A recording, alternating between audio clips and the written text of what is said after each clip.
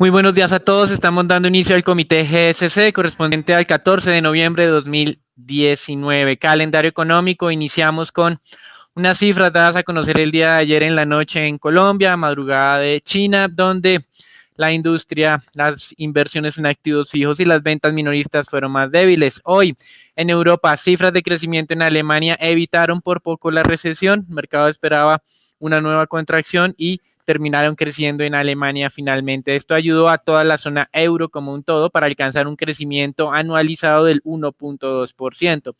Con respecto a temas de inflación, las mediciones finales para Francia y España sin modificaciones sensibles, Francia 0.8%, España 0.1%. Ventas minoristas en Reino Unido muy débiles, contracción de 0.3%, y en Brasil, indicador de actividad económica mejora lo anticipado para el mes de septiembre, crecimiento del 2.11%. En lo que resta de la jornada, esperamos cifras de inflación al productor en los Estados Unidos, solicitudes de subsidios al desempleo, también las cifras de perforaciones petroleras. Recuerden que debido al cambio de horario y que tuvimos el feriado esta semana, el día lunes, la hora o el momento en que se va a conocer las cifras de inventarios es a las 11 de la mañana.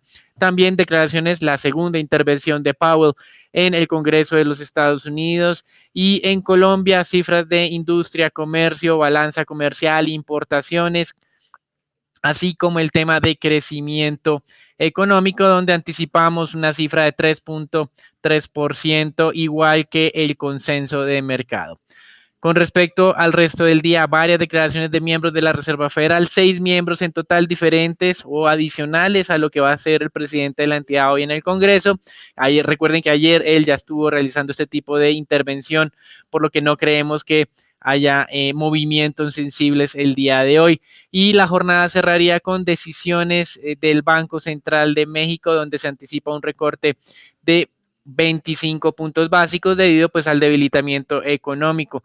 La mayoría de analistas, cerca de 17 analistas que tiene la encuesta de Bloomberg de un total de 26, anticipa un recorte de solo 25 puntos básicos. Los restantes, que son cerca de 9, anticipan una reducción de 50 puntos básicos. Desde nuestro punto de vista, el Banco Central de México tiene espacio para una intervención más agresiva. Obviamente, el problema de corto plazo es el debilitamiento de las monedas de la región, que por ende pueden generar transmisión de inflación hacia los precios internos, pero como veremos adelante, pues esperamos que la intervención del Banco Central de Chile apacigüe un poco la dinámica que hemos tenido de debilitamiento durante las últimas horas. Con respecto a los mercados accionarios, el día de ayer arrancábamos un poco débiles, cerró estancado. Hoy nuevamente debilidad. Ayer se reportaban algunas duras conversaciones entre Estados Unidos y China con respecto a, por un lado, a las compras de productos agrícolas y por el otro lado, al desmonte de los aranceles. El ministro de Comercio chino dijo que ellos estaban comprometidos con las negociaciones,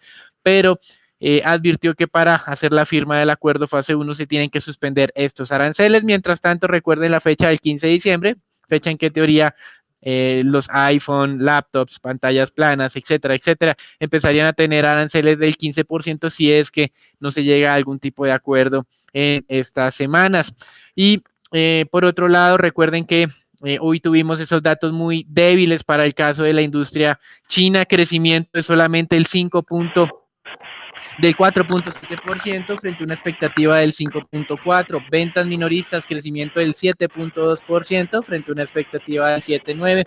E inversión en activos fijos con un crecimiento del 5.2%. Todas estas cifras serían muy buenas para cualquier economía. De hecho, alguno pensaría sobre calentamiento, pero para el caso de China son los indicadores de crecimiento más bajos entre los últimos 16 y 23 años. Así que por eso es llamativo que hay la necesidad de que China de alguna manera alcance algún tipo de acuerdo con los Estados Unidos para evitar una desaceleración mayor. Último trimestre de este año, el mercado está anticipando un crecimiento del 5.8%, el más bajo pues de la historia reciente y por primera vez inferior al 6%. Con respecto entonces a este tema de las acciones hoy, nuevamente la apertura luce un poco débil, pero no demasiado fuerte. Sector petrolero, uno de los más débiles en Europa el día de hoy. Ayer fue también uno de los sectores que lideraron las caídas en el Standard & Poor's 500. Con respecto a las monedas, estamos viendo hoy pues unas variaciones un poco más moderadas de pérdidas de valor, pero igual con tendencia a fortalecer el dólar.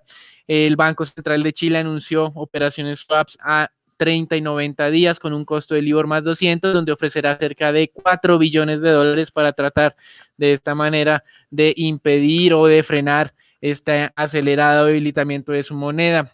Sin embargo, hoy vemos que el peso mexicano pierde el 0.6%, el real de Brasil 0.36% y el peso colombiano el 0.87%.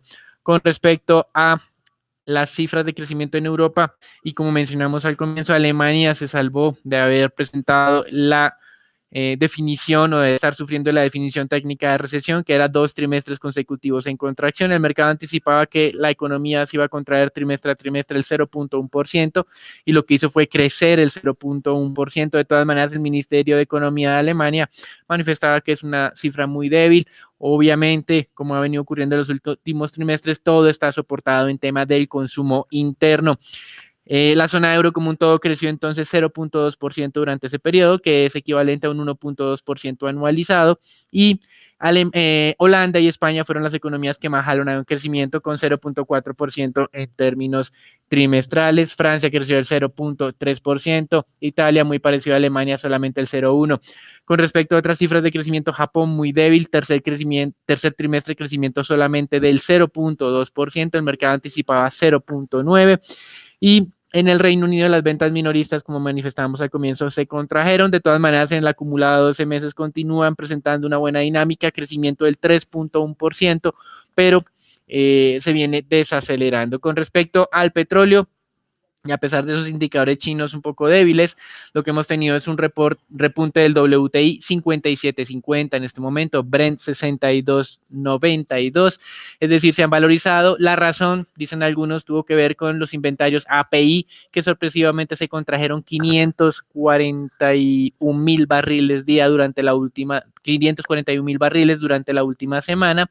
Esto sorprendió al mercado, que no estaba anticipando esta eventual contracción. Sin embargo, hay que tener cuidado, pues los inventarios de gasolina y destilados aumentaron 3.15 millones de barriles. Uno normalmente sabe que el crudo lo utiliza pues para hacer este tema de productos refinados, y pues hay una señal de posible debilitamiento de la demanda interna de Estados Unidos en términos de combustibles, así que no se ve muy fuerte, por lo menos por el momento, este repunte interesante. Sí, hoy el reporte de la OPEP, donde en teoría nos estaría mostrando que la producción de esquisto de Estados Unidos se va a desacelerar en el 2020, muy diferente a lo que veíamos el día de ayer con el reporte de la Agencia Internacional de Energía.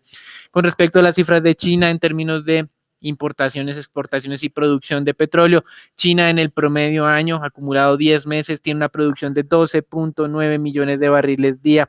Esto supera lo que ha venido produciendo Estados Unidos, pero China es un demandante neto de combustibles, por eso pues el mundo no se ha venido o no se ha estresado aún. Las importaciones de crudo de China alcanzaron los 10.72 millones de barriles día, nuevo máximo histórico durante el mes de octubre. La producción también aumentó cerca de un 9%, y lo que ha llamado la atención es que la refinación durante el mes de octubre fue de más de 13 millones de barriles día. Esto quiere decir que están superando sus niveles de consumo en refinación y probablemente más adelante tengan que exportar productos refinados. Así que las cifras en el sector petrolero son un poco mixtas. Si bien es cierto, los inventarios nos mostrarían potenciales ascensos del WTI del Brent, las cifras de producción en China, de importaciones, de refinación, de demanda de combustibles en los Estados Unidos podrían augurar que ese rally de este momento no sea tan prolongado. Y con respecto al mercado de renta fija, de la mano del debilitamiento un poco del mercado accionario, fortalecimiento del dólar y las dudas en el mercado petrolero, pues hemos visto descensos en las tasas de negociación de los tesoros. No alcanzaron ese objetivo del 2% por el momento. Están descendiendo nuevamente a ese nivel que consideramos punto de inflexión, que era del 1.83 en nuestro análisis técnico. Actualmente está al 1.84. Ayer Jerome Powell hizo caso omiso de las críticas del presidente Trump, donde buscaba o defiende la idea de tasas de interés negativas para los Estados Unidos. Powell dice: tenemos una inflación cerca a su objetivo, una economía que crece sólidamente, y más bien Powell se dedicó a atacar el abultado nivel del déficit fiscal que considera que es insostenible en este momento, alcanzando los 23 trillones de dólares para la mayor economía del mundo. Así que Powell se está pasando al otro lado. Normalmente los bancos centrales no hacen críticas desde el punto de vista fiscal, pero seguramente como ha venido recibiendo tanto fuego por parte de la Casa Blanca, pues tomó la decisión ayer de hacer algunas declaraciones en algo que normalmente no se inmiscuyen los jefes o los directores de los bancos centrales. Hoy nuevamente Powell estará entonces en el Congreso de Estados Unidos realizando su segunda jornada de intervenciones, de declaraciones del estado de la economía de Estados Unidos, pero pues no esperamos que haya movimientos sustanciales. Recuerden lo que mencionamos, Banco Central de México, donde se espera un recorte de al menos 25 puntos básicos. Eso es todo por el momento. Los dejamos con Jairo Alonso, Daniela y Raúl con la información del mercado colombiano.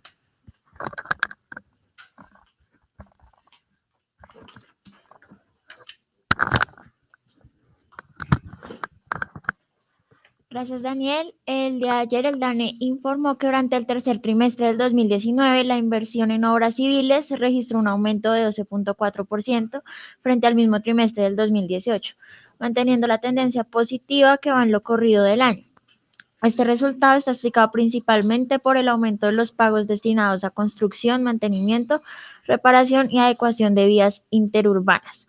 Además, informó el día de ayer que en septiembre del 2019 se licenciaron 1.666.000 metros cuadrados para construcción, menos que en el mismo mes del año anterior, donde fueron 1.894.000, lo que significa una disminución del 12% en el área licenciada. Este resultado se explica por la reducción de 13.2% en el área aprobado para vivienda y de 8.5% para los destinos no habitacionales. Por otra parte, el Ministerio de Minas y Energía espera que a partir del 2020 se inicie la fase exploratoria en 200 pozos tras la realización de la segunda subasta petrolera del año, que se llevará a cabo la siguiente semana. En las cifras que tenemos para el día de hoy, recuerden, industria, comercio, la industria ha estado relativamente débil, aunque en proceso de recuperación, y el comercio ha estado muy fuerte, con crecimientos cercanos al 8%, a pesar de esos indicadores de confianza de los consumidores que han estado crónicamente débiles durante año y medio aproximadamente. Una de las razones que mencionaba el mismo Banco de la República a través de su gerente técnico la semana pasada era que ese fortalecimiento del comercio podría estarse explicando por la demanda de venezolanos en Colombia que probablemente envíen productos a su país y que obviamente pues no está ligado con la encuesta de confianza del consumidor colombiano. Probablemente entonces una de las recomendaciones es hacer algún tipo de modificación a esa encuesta de confianza para tratar de alinearla nuevamente con la realidad local. Así que interesante ver que ya hay una de las posibles explicaciones de esta divergencia entre indicadores de consumidores en Colombia. Recuerden, ventas minoristas ha estado liderando el crecimiento en Colombia durante los últimos trimestres. Eso es todo por ahora. Los dejamos con Raúl con la información del mercado accionario en Colombia.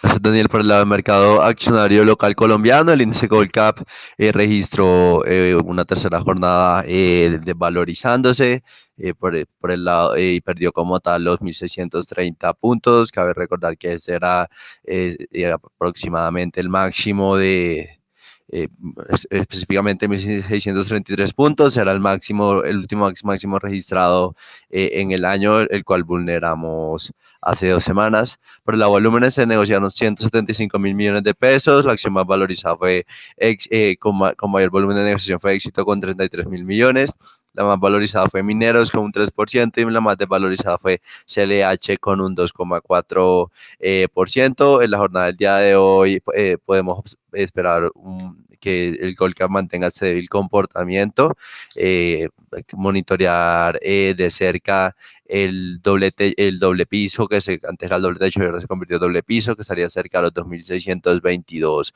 puntos. Lo anterior ha sido afectado principalmente por el entorno retador de la región, principalmente con todo lo que está pasando en Chile. Por el lado de las recomendaciones, Esas han mantenido un débil comportamiento en lo corrido de la semana. Destacar principalmente que la estrategia en Cemex y Celsia perdieron valor, mientras que por el lado de Ecopetrol se observaron leves ganancias en la jornada del día de ayer. Sin embargo, consideramos que estas leves desvalorizaciones son niveles más atractivos de entrada.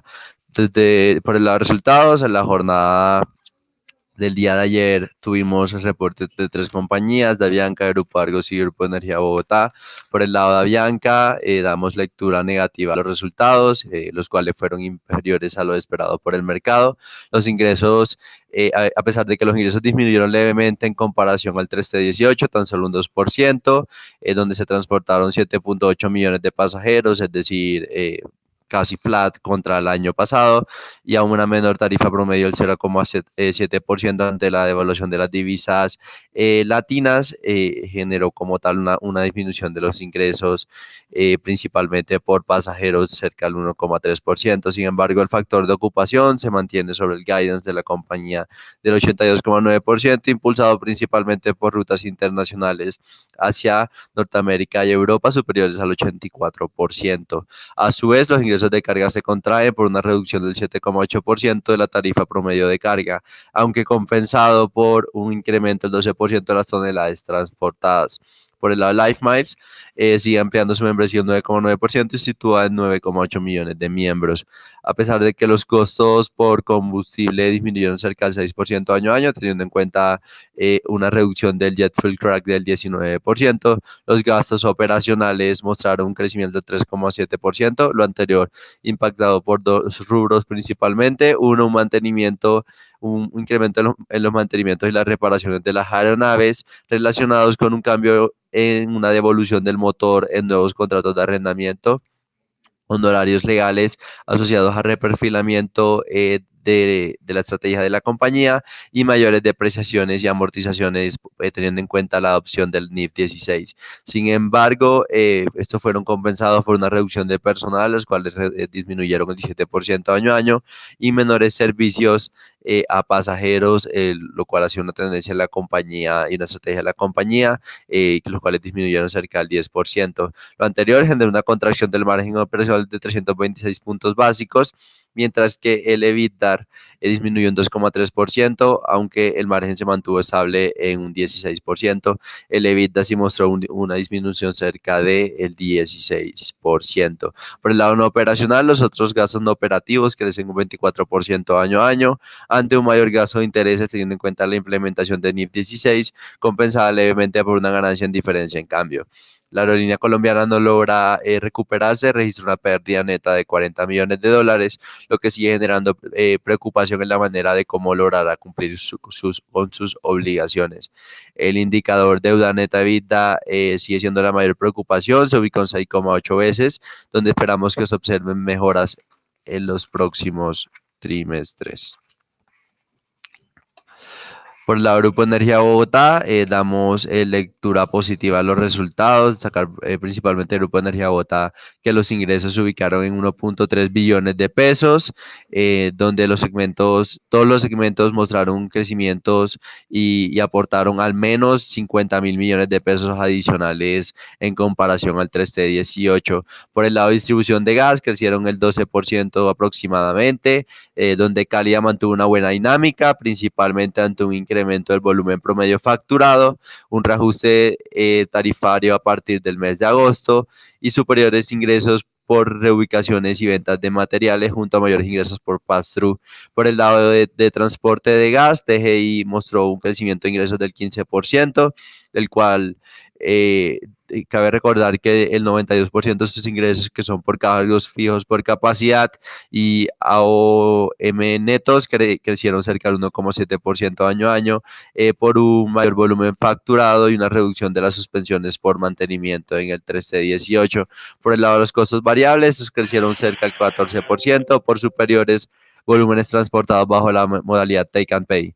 A su vez, a partir del 10 de agosto, del 2019 se generó como tal mejor comportamiento de la compañía, teniendo en cuenta la entrada en operación de los activos de Electrodunas, los cuales aportaron 50.000 millones adicionales. Finalmente, los ingresos por transmisión de electricidad siguieron expandiéndose, crecieron el 57% año a año, ante un pago de un seguro, una entrada en operación en su totalidad de refuerzo suroccidental, ampliación de la loma y un efecto positivo en tasa de cambio. Los costos de ventas crecieron en mayor proporción, un 29% aproximadamente, principalmente por depreciaciones y amortizaciones en TGI, teniendo en cuenta la adopción de NIF 16, principalmente por el gasoducto de la Sabana, y una duplicación de los costos en transmisión de electricidad por la entrada en operación total de los costos en Armenia, Cartagena, La Loma y ampliación La Loma, junto a 35.000 millones de pesos adicionales por la entrada de Electrodunas. A su vez, los gastos crecen por provisiones por deterioro y una disminución de otros ingresos, teniendo en cuenta recuperaciones de aseguradores en el 3T18. Lo anterior generó contracciones del margen EBITDA cerca de 613 puntos básicos año a año y operacional de 432 puntos básicos año a año. La utilidad neta crece 490.000 millones de pesos con un crecimiento del 20% año a año, favorecido por un aumento del método de participación, el cual creció cerca del 25% y también impulsado por un menor impuesto diferido, lo cual compensó una pérdida en diferencia en cambio de 277% año a año. Y finalmente tenemos los resultados de Grupo Argos, los cuales damos lectura neutral, superando las expectativas del mercado, aunque teniendo en cuenta principalmente por efectos no recurrentes. Los ingresos de la compañía crecieron cerca del 44% y se ubicaron en 5.2 billones de pesos. El EBITDA del 39% fue el mayor registrado en la historia de la compañía y la utilidad neta creció cerca de un 26% con respecto al tercer trimestre del 2018. Destacar principalmente que esos resultados fueron favorecidos principalmente por los ingresos recibidos por Celsia, teniendo en cuenta la desinversión en zona franca. Sin embargo, al excluir el efecto de esta venta, los ingresos mantienen un buen desempeño y crecen el 14%, favorecido por un aporte del 14, de un 24% del negocio de energía, soportado por la entrada en operación de los activos de Tolima, y un 13% aportado por el segmento de cemento, favorecido por la tasa de cambio, mayores volúmenes en Estados Unidos y la estrategia de precios en Colombia. Por el lado de INSA, los ingresos presentaron una disminución del 1%, se mantuvieron relativamente estables, explicado principalmente por la disminución del ingreso por método de participación patrimonial de Equiport, debido a la disminución de la utilidad neta de la concesión después de haber hecho el reperfilamiento de la deuda del activo como parte del plan de optimizar la estructura de capital del portafolio de INSA. En cuanto a Pactia, el sector inmobiliario realizó un aporte a capital de 176.000 millones de pesos, lo que llevó a alcanzar una participación del 32.7%, donde los ingresos decrecieron levemente, un 2%, producto de las desinversiones realizadas en el 2018, lo cual como tal no es comparable, por la venta de los 3 centros comerciales Viva, al momento de excluir este efecto, los ingresos crecen el 17% y el EBITDA el 20%. Por otro lado, al excluir el efecto de las inversiones en Celsia, la EBITDA de la compañía crece tan solo un 2% y la utilidad neta de la controladora disminuye un 17% año a año. Estas cifras afectadas principalmente por un efecto no recurrente, teniendo en cuenta las reversiones de provisiones que se registraron hace un año en el negocio de carbón de 62.000 millones de pesos, además de los aumentos de los costos energéticos en Estados Unidos y el registro de gastos no recurrentes por 7.6 millones de pesos en Cementos Argos, teniendo en cuenta la planta de Highland en Estados Unidos. De igual manera, en el negocio de concesiones en Odinsa, los menores volúmenes de construcción también resultaron un menor aporte del EBITDA. Desde el punto de vista técnico tenemos la acción de Mineros, lo cual teniendo en cuenta resultados positivos en la jornada del día de ayer mostró valorizaciones, subió cerca de un 3%. Cabe recordar que destacar principalmente de los resultados, Nicaragua mantiene una muy buena dinámica, la entrada en operación de Argentina da mayor solidez a la estrategia. Sin embargo, Colombia mantiene un entorno retador, principalmente a monitorear de mineros, es acerca de de los trámites que estarían dando la compañía. Como tal, lo último, entre los resultados registraron unos gastos de unos 7 millones de dólares, principalmente destinados hacia hacia los planes para el deslizamiento en Canadá. Entonces, al parecer, la compañía está cada vez más entrando en sus trámites y se espera que se haga en el 2020. Y finalmente tenemos la acción de Canacol, la cual la jornada del día de ayer mostró leves desvalorizaciones. Sin embargo, mantenemos nuestra perspectiva positiva sobre la especie. Consideramos que mantiene un alto atractivo teniendo en cuenta la entrada en operación de la operación en Tesorito y en Medellín principalmente. Consideramos que en el 2020 la compañía mantendría resultados positivos, sobre todo desde el punto de vista accionario.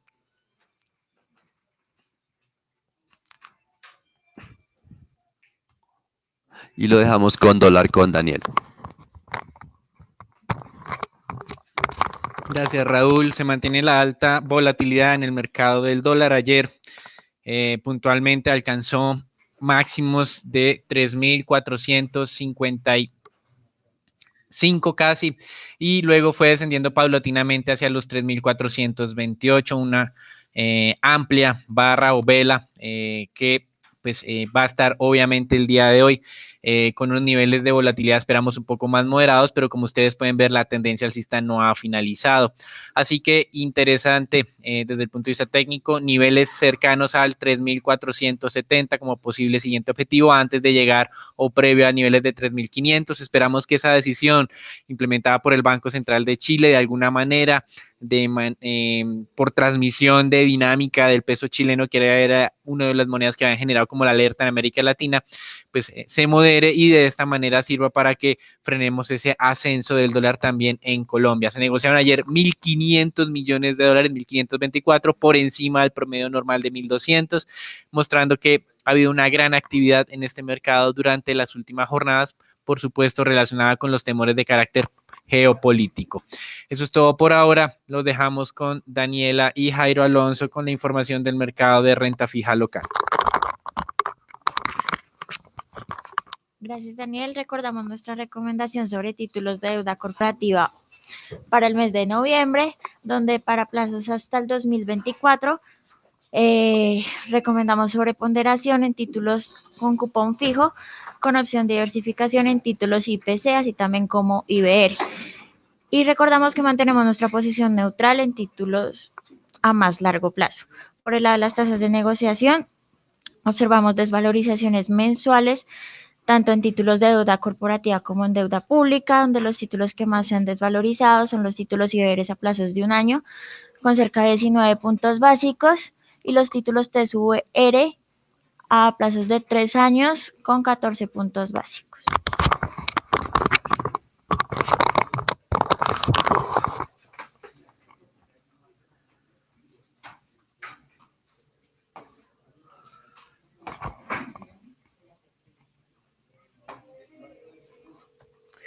En la jornada anterior, tanto los TES con vencimiento a 2024 como los TES a 2028 presentaron desvalorizaciones